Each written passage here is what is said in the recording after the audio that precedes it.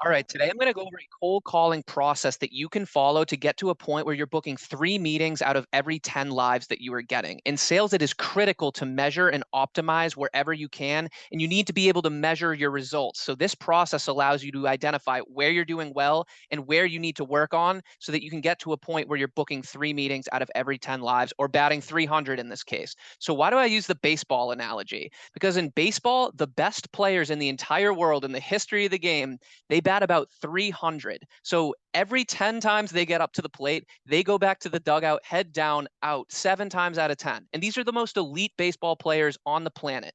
And in sales, I actually think it's transferable. If you're booking 3 meetings out of every 10 lives, or in other words, batting 300 on cold calls, you're going to be killing it. You're almost going to have to disqualify meetings because you're not going to have time for all of them. But you need to get to a point where you're able to measure how well you are doing out of every 10 lives. So if you watch my other videos, you know I like to start off my calls with a value statement, and that's what kicks off this process. So my value statement, I tell them, I neutralize the opening and I tell them who I am, why I'm calling, and then state that I would like to get aligned on this going forward. Are they free Wednesday or Thursday? So I require a yes or no answer. So once you get that value statement out, now they're in your funnel and there's only 3 possible outcomes. They either agree to the meeting, they say, yeah, I am free Wednesday, Thursday. They give you a resounding no, which is something like, hey, no, take me off your list. And they hang up, something where you have no chance and they just immediately end the call. That's a resounding no. Or they give you an objection. It's not a yes, it's not a no. Anything else they say besides hanging up is an objection.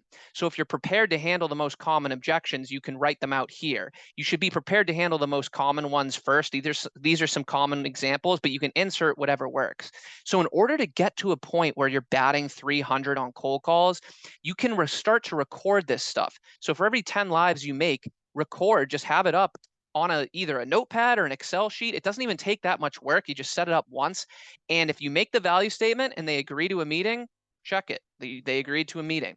If they give you a resounding no, just check it. And notice here how I put the percentages you need. 70% are going to be resounding no's. That's not like a hard statistic, but you have to be mentally prepared for that. No matter how good you get at your value statements, you're gonna strike out most of the time, just like the baseball players strike out most of the time when they get to the plate, even the best ones. It's okay. Like, we're not trying to bat 800 here. That's not feasible. You wouldn't be doing your job correctly if you're batting 800, because that means you're probably not calling enough people. So just be prepared. You're going to get a lot of resounding no's.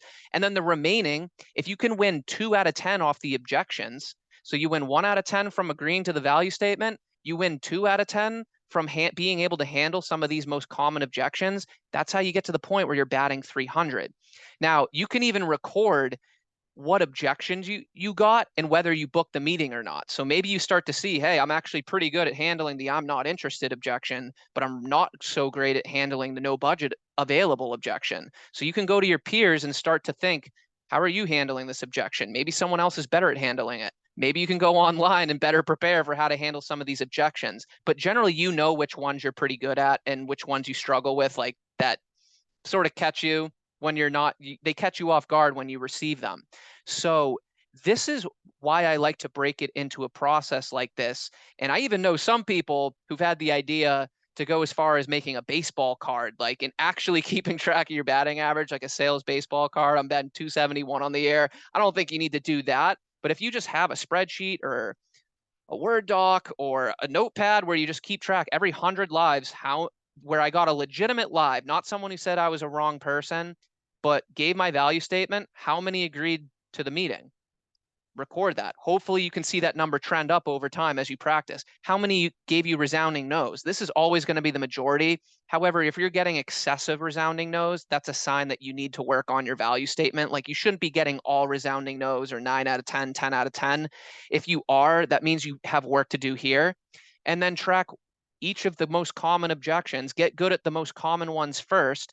And this is how you can start to identify where you're doing well, where you need to work on, and get that batting average up to three, even 400, 500. You can get up to that point if you get good at giving your value statement. So hopefully this mindset helps. This is what helps me not take calls personally. They're just data points. Like, if someone blows me out, too bad for them. They're having a tough day. All right, resounding no. I have 99 more people to call now. That's the way to think about this. So cold call batting average, good mindset, good process to follow. Hope you enjoyed, and I'll see you on the next one.